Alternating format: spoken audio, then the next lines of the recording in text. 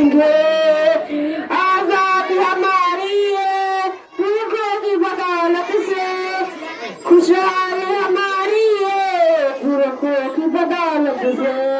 आजादी का दिन आया हम जश्न मनाएंगे, अपना ये तिरंगा हम घर घर लहराएंगे। आजादी हमारी है पुरखों की बदौलत से, खुशहाली हमारी है पुरखों की बदौलत से।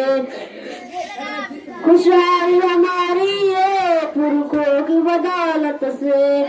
अजदाद की ये किस्सा हम बच्चों को सुनाएंगे, अजदाद की अजमत को दिल में बसाएंगे।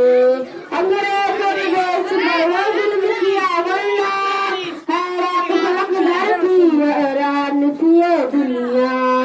है किस तरह गए भूल न पाएंगे, बलिदान किए बातें हम लोगों को बताएंगे। आजादी का दिन आया हम जश्न मनाएंगे, अपना ये तिरंगा हम घर घर लहराएंगे। अस्सलाम वालेकुम व रहमतुल्लाह।